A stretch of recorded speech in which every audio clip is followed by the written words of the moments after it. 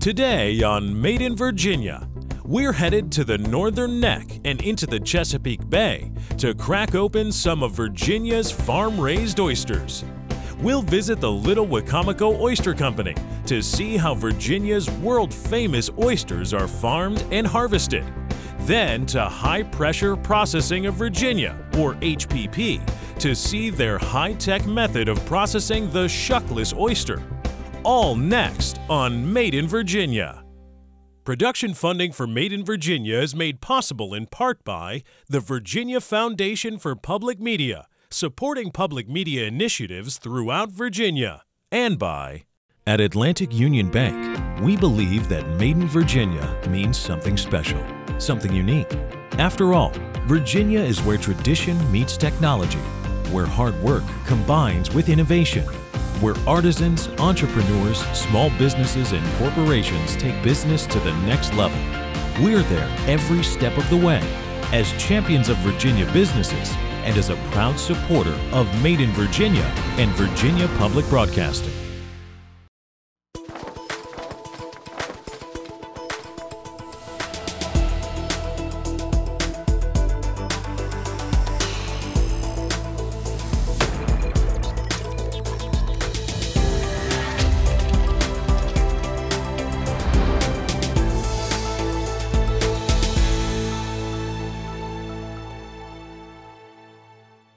During his exploration of the Chesapeake Bay and surrounding rivers, Captain John Smith found vast amounts of sea life, including oysters, he said, that, quote, lay as thick as stones. They were so plentiful at that time that they stuck up out of the water like rocks, and ships needed to be very careful navigating around the area. Since the early 1900s, Virginia's natural oysters population, Chrysostria virginica, have been in massive decline due to overharvesting, dredge fishing, natural disease, and pollution. Now, with the help of aquaculture in the region, watermen are farming oysters again and putting Virginia-grown oysters back on the map. At one point in time, Virginia was known as the oyster capital of the world. Virginia is currently the top oyster producer on the East Coast and second largest in the United States. Historically, back about 1900, there were tremendous numbers of oysters in the bay, and people were harvesting mostly by tonging. And then folks, I think it was from New York, had invented a dredge, where you just drag a big kind of a rake-like thing with a bag in it through the water, and they brought it down here. Well, if you have an oyster reef with shells that stick up in the water and you drag a steel dredge over it repeatedly, what's going to happen? You're going to flatten the thing out, and now it gets covered with mud and end of the oyster. So over-harvesting was a big problem. There's also a natural disease called dermo, and when any population gets in trouble, reduced, then the disease usually has more of an effect. But then there was another disease, it's called MSX, which was introduced, and there's still arguments about who introduced it. But it got introduced, and between the two diseases and the overharvesting, it decimated the oyster populations. Back in the 50s and 60s and even earlier, it was said that Virginia was the oyster capital of the world. And we lost that over years, and some contributed to overharvesting and disease. And with that being said, industry got together, and Virginia Institute of Marine Science, and they developed a triploid oysters, 9 reproductive, and it's pretty much disease resistant, and went into agricultural oyster industry, and it's gotten to be strong in Virginia. And one thing that is done with the millions and millions of oysters that are planted in agriculture and the growth of that in the last 10 years, it's taken the pressure off the wild beds of the native oysters and the grass beds. With those three things, and then clams also being filter feeders, that's what keeps our water quality up to par and good, being filter feeders. So this new agriculture industry has definitely been a plus for the industry. The habitat of these cages and reefs and racks and bags that they grow them in provide protection for small other species of fish and crabs. which is a win-win. But the environmental part of it, you can't put a price on. The health of our bay is getting cleaner, stronger. We've had more wild natural strike in the last 3 or 4 years than we've had in probably 20 years. So it's been a win-win for everybody. Jobs, transportation, boxing companies, equipment companies. So it's a win-win for the Commonwealth of what it's done for us here in Virginia. Located on the western shore of the Potomac River in Heathsville, Virginia, the Little Wicomico Oyster Company is operated by a fourth-generation waterman family. Established in 1930, first as a fish trapping and marine boatyard railway enterprise, the business later moved into marine construction. The founder's great-grandson, Miles Cockrell, diversified the family business even further into aquaculture, which now grows and sells 10 to 20,000 farm-raised oysters a day. Well, my grandpa started in around 1930. Is when he bought the place, and he was a fish trapper and farmer, and he built the railway to haul his trap boats, basically, and then it went on from there. You know, we were building a boat for a guy, and he had he was raising oysters, and he couldn't quite finish paying the final payment. He said, well, how about taking some oyster cages and oysters? And that got us started. Then we just started playing with it. We'd have oysters to eat, you know, was the incentive. And then a cousin of mine got into it, and he was raising them at his dock, and decided that he'd like to see if he could, you know, make a small business out of it, see if he could actually make a living doing it. You know, somebody could. And one thing led to another, and this is where we are. What we're raising is called a triploid oyster, which they invented a way to sterilize the oyster. And so they don't reproduce, they just grow all year. So they stay fat all year. The regular diploid oysters, they get poor in summer, so they're really not that good to eat in the summer. They don't taste quite as good. Not as meaty. So that's a big advantage to the triploid oyster. We've had real good luck with it. We're able to give several different brands from where we are and where we can pull from here. We've got a saltier brand, Blackberry, which is a little closer to the bay, and then we've got some other brands that we produce here in the river that's, you know, so it's a milder salinity in the river, but it has a nice buttery sweet finish. So we've had real good luck with that. The process begins with buying the seed or spawned oyster larva from a local hatchery. All right, well, we buy either larvae and strike it, or we'll buy seed. If you buy 1 million oysters larvae, you might, if you get 200,000, you've done well, you know. Larva arrives from a hatchery. The tank is prepared for the larva. Then the larva is added to the aerating tank, also sometimes called the silo. Downwelling begins. This forces water with algae down over the larva, forcing them to grow. The larvae are first sieved through a 1 millimeter screen. Then they go back to grow some more. They are sieved again at 1/8 inch or 3 millimeters, and again at 1/4 inch or 6 millimeters. We'll start at the nursery, which will go from 250 micron to 1 millimeter. Then we'll sieve off onto 3 millimeter.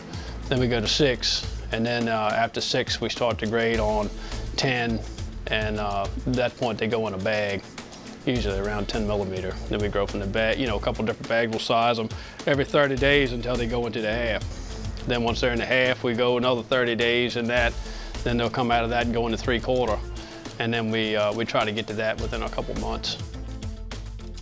Once the oysters are large enough, they are moved to the Dockside upwelling system. This system is also known as the flopsy. The upwelling silos are cleaned every day during this 2-week process. Once a week, the oysters are brought over the bulkhead, loaded in the hopper, and tumbled for sizing. We empty our cages and pretty much everything into a hopper, which has a belt on it, and that'll elevate the seed or the large oysters up, and then it runs through a tube. And the tube has several different holes in it. Starts at a smaller hole and goes up to another size hole that's a little bit larger, and then we have the end of the tube. So each tube, we have a seed tube, then we have 2 different market tubes that we use. So the seed tube separates the smaller stuff. Once it gets up to about 6 millimeter, we leave it in the upweller for 2 weeks, and then we'll bring it up and we'll run it through that seed tube. The first size on that, I believe, is around ½ inch. Okay, and then the next hole is 7/8. So the small stuff that falls through the ½ inch hole, that'll go back into the upwellers, and the next stuff will come out, and that'll go into a bag. And then whatever comes out the tail end of the machine, that'll go into a half cage. Once large enough, around 10 millimeters, they are bagged, put in a cage, and set out to the river. We've got several different cages. We've got, well, the bottom cages, we've got a half by half seed cage that we use. Then we go to a 3/4 inch mesh. Then we go to an inch to finish the oysters out in. That's our grow out cage. The cages are lowered to the bottom of the river. You've got to suspend the oysters up off the bottom because you don't want them down in the muck. They produce, you know, whatever they eat, they spit it out, and that'll build up on the bottom. So you've got to move the cages. You can't just leave them sitting in one spot. You've got to move them around, keep them out of that stuff. The rights to the bottom of the rivers are owned by the state, and watermen lease this oyster ground from the government. Virginia Marine Resource Commission control the leases. The oysters are brought back in after 30 days. They are brought to the bulkhead, unloaded, and put back in the hopper of the tumbler and sized again. All the oysters grow at a different rate, so it's just like people. You know, if you put, 2 different people in a room, one's going to, he might like what's around to eat, and the other one might not like it. He might not eat, so one's going to grow, the other one's not. Or one may grow it a little faster than the other. So they don't all grow at the same time. So you've got to constantly go to them and sort them and keep them separated, because the big ones will eat all the food away from the little ones, and if they get too tight, if you got too high a density in the cage or the bag or whichever you're growing them in, they'll they won't grow right, or they'll grow funny looking, or they'll suffocate or what have you. So you got to be careful of that. They are sized at 1/2 inch, 3/4 inch, and 1 inch. Once they are sorted, they are put in larger cages and sent back out to the river. After 30 days, the oysters are brought back in for sizing again. This time, they are sized at 1 inch and 1/1/2 inch. From here, they are put in their final cage and moved out to the river for 3 months. During these 3 months, the cages are moved several times to ensure maximum growth. Finally, they are brought back in for final sizing and inspection. They are boxed in cold storage and then shipped out. We get to the dock in the morning, we get them cold as fast as we can, we process them, we clean them, we wash them, we grade them, we count them, and then we get them in the packing room, and that's where we put them in the boxes. And then we, different brands or different oysters from different regions, we'll pack in different boxes. We usually have a brand for each. The Little Wicomico Oyster Company brands their oysters by location where they were grown. All their oysters have different flavors depending on the water, salt, sand, and marshes. Of course, we're under time restrictions, so we're under regulation of the Virginia Health Department, shellfish sanitation. We also have to comply with local health department, county.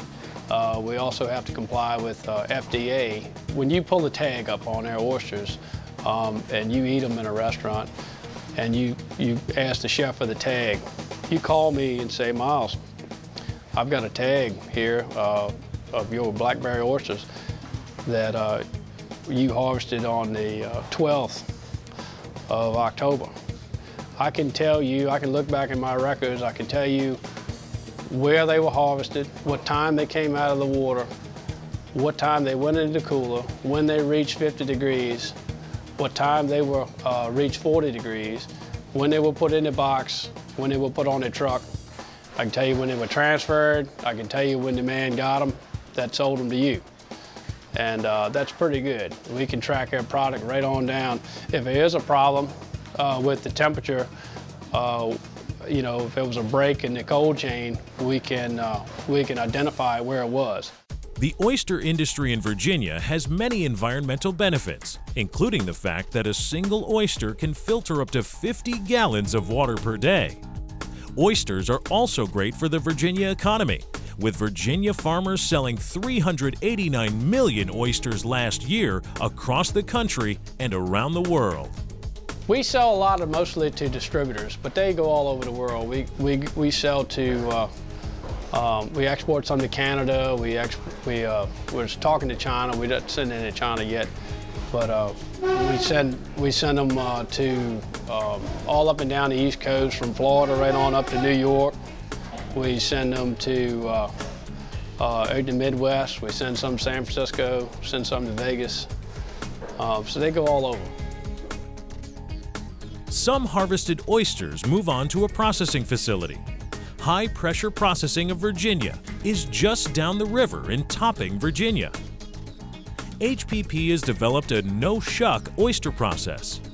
HPP supports Virginia farmers by purchasing oysters from all 8 regions of the Chesapeake Bay. HPP of Virginia, HPP stands for high pressure processing, which is a unique process which we're taking advantage of to use in the oyster aquaculture industry. The experience is that they will receive a beautiful oyster from any one of the 8 regions of the Chesapeake Bay, and it has a special American-made rubber band specifically done for this oyster process. And all they have to do is simply remove that rubber band, and the oyster is already shucked. Both the top and the bottom, 100% pure meat separation from the shell, so you get that little scallop that you love to pick and enjoy. That makes it real easy. You don't have to use an oyster knife anymore. It's new to the oyster industry here on the East Coast. You won't find anybody else in this region doing what we're doing. So it uses high pressure to shuck the oyster. We're using about 66,000 PSI. The machine can run all the way up to about 87,000 PSI. But we find 66,000 is the right balance, and the oysters come out just about every time. They're all open. Depending on the product we do 2 different products. We do gallon jugs, and we do the banded oyster. The gallon jugs, we just put them through without bands on. They come through our process and they open up, and we empty them right into the gallon jugs. Our other product is the banded oyster, and we band them first because we find that keeps the miroir inside the oyster. And if you don't band them, they come open and you lose that. So it preserves that briny freshness. But you just cut the band off, and the seal opens up on the oyster, and you can pull the lid right off, and they're ready to eat right out the shell. They call it cold pasteurization, but pasteurization normally implies heat, but we don't use heat in this case. It's just water, and it's the high pressure that does all the work. There's no heat involved. The water goes into the machine. It forms a cocoon in the vessel around the oyster, forms the pressure. There's no heat involved. There's no cooking of the product. So you're not altering the product in any way with heat. It's just using high pressure to deactivate and render any biological pathogens that are inside the oyster. HPP can process between 48,000 to 60,000 oysters per day for both the half-shell and oyster meat markets. They ship their products all across the United States. Tagged oysters arrive in baskets or mesh bags, preserved at the approximate temperature in refrigerated trucks or on ice. The oysters are first sorted, graded, inspected for quality, and then banded by a machine or by hand. On an average day, you will have oyster trucks. Watermen from different farms will bring their oysters to us, and we take them in and log them in, and then they're sorted, and then they're put into a proper process that we've developed where they're sorted by sizes, sorted by regions. During this process, poor quality oysters will be discarded.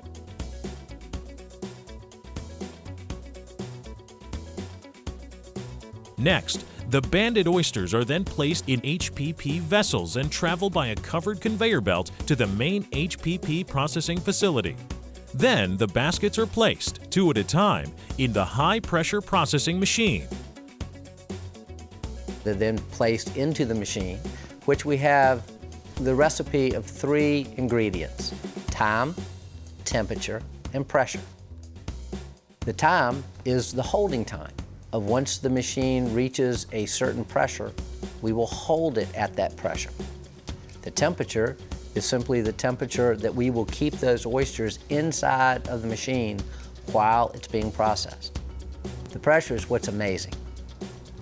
This machine can take you to 87,500 psi, which is more than 3 times the pressure of the deepest part of the Marianas Trench in the Atlantic Ocean.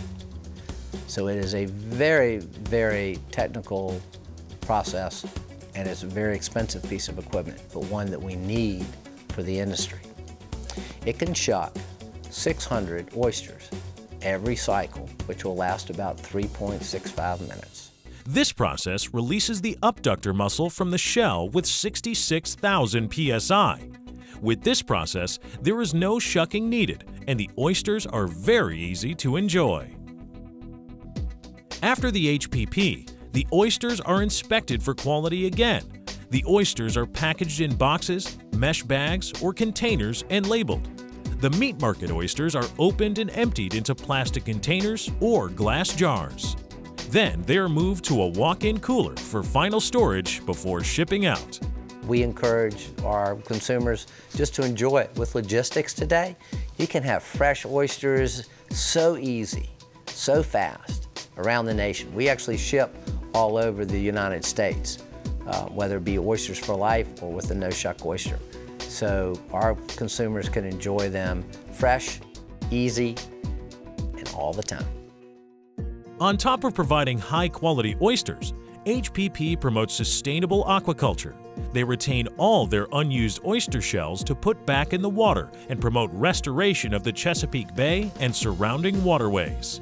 Back in the day, we had 230-some shucking houses throughout Virginia, and it was a major industry.